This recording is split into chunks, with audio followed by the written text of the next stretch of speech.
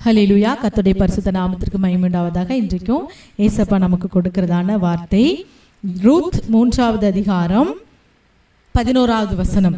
இப்போதும் மகளே, நீ பயப்படாதே, உனக்கு வேண்டியபடி எல்லாம் செய்வேன், நீ குணசாலி என்பதை என் ஜனமாகிய ஊரார் எல்லாரும் அறிவார்கள். ஆமேன். இன்றைக்கும் கர்த்தராகிய இயேசு கிறிஸ்து உங்கள் ஒருவரையும் பார்த்து சொல்கிற வார்த்தை, மகளே நீ பயப்படாதே, நீ பயப்படாதே, உனக்கு வேண்டியபடி எல்லாம் செய்வேன், உனக்கு என்ன வேண்டுமோ அதை நான் செய்வேன் என்று இஸ்ரவேலின் தேவனாகிய கர்த்தர் வாக்கு கொடுக்கிறார். ரூத்து மற்றொரு தேசத்தில், மோவாபிய தேசத்திலிருந்து வந்த ஒரு ஸ்திரீ, ஒரு பெண். அவள் இஸ்ரவேலின் தேவனாகிய கர்த்தருடைய செட்டைகளின் கீழ் அடைக்கலமாய் வந்ததுனால அவளை பார்த்து கர்த்தர் இந்த வார்த்தையை சொல்கிறார். மகளே நீ பயப்படாதே.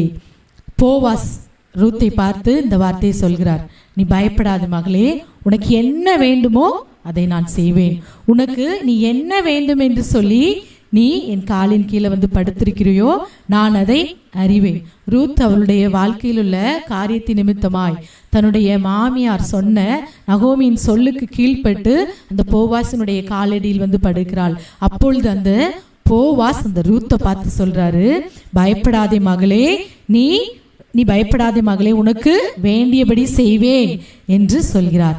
அதே வார்த்தை அருமையான தேவனுடைய பிள்ளைகளே, கர்த்தராகிய இயேசு கிறிஸ்து அவருடைய சட்டைகளின் கீழ் அவருடைய காலடியிலே தஞ்சமாய் இருக்கிற நம் ஒவ்வொருவரையும் பார்த்து இஸ்ரவேலின் தேவனாகிய கர்த்தர் இந்த வார்த்தையை சொல்கிறார், பயப்படாதே, உனக்கு என்ன வேண்டுமோ அதை நான் செய்வேன், நீ என் காலின் கீழ் தஞ்சமாய் இருப்பதனால நான் உனக்கு என்ன செய்யணுமோ, உனக்கு என்ன வேண்டுமோ அதை நான் அறிவேன், நீ நன்றாய் இருப்பதற்கு உனக்கு என்னென்ன தேவையோ நான் அதை அறிவேன், அதை நான் கட்டாயம் செய்வேன் என்று இன்றைக்கு உங்களை பார்த்து வாக்கு கொடுக்கிறார். உங்களுக்கு உங்கள் வாழ்க்கையை வாழ்வதற்கு உங்களுக்கு என்ன தேவையோ, உங்கள் வாழ்க்கையிலே நீங்கள் சந்தோஷமாய் வாழ்வதற்கு உங்களுக்கு என்ன தேவையோ அதை கர்த்தர் அறிந்திருக்கிறார். உங்கள் சூழ்நிலையில இருந்து அந்த சூழ்நிலையில உங்களுக்கு என்ன தேவை, உங்களுடைய சூழ்நிலையை கர்த்தர் அறிவார்.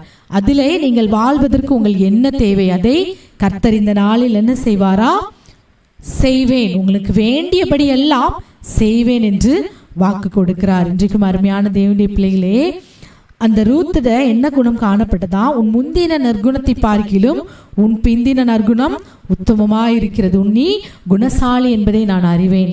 நம் வாழ்க்கையிலும் இந்த நற்குணமும் அந்த குணசாலி என்கிற அந்த பெயரும் நமக்கு கிடைக்கும் என்றால் கர்த்தர் இந்த நாளில் நம்மையும் நமக்கு வேண்டிய எல்லா காரியத்தையும் நமக்கு செய்து நம்மை ஆசீர்வதிக்க அவர் வல்லவர்.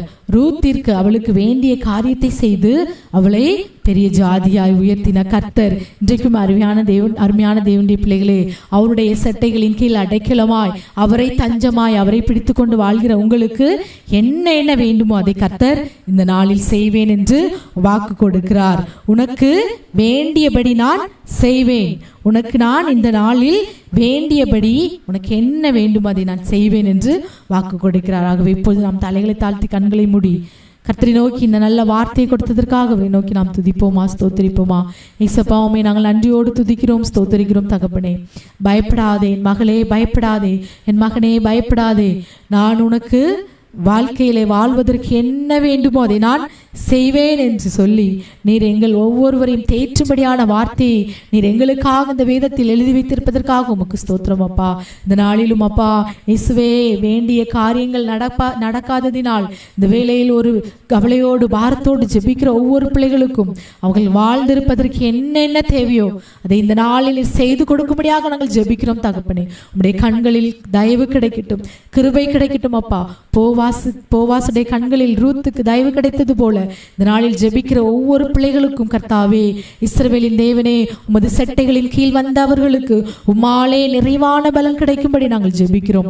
பெரிய காரியங்களை செய்யுங்க இயேசுவே, உம்மை ஸ்தோத்திரிக்கிறோம். பெரிய ஜாதியாய் ஒவ்வொரு பிள்ளைகளையும் உயர்த்தி ஆசீர்வதிங்க, பலப்படுத்துங்க. இயேசுவின் நாமத்தில் ஜெபிக்கிறோம் ஜீவனுள்ள நல்ல பிதாவே, ஆமேன், ஆமேன்.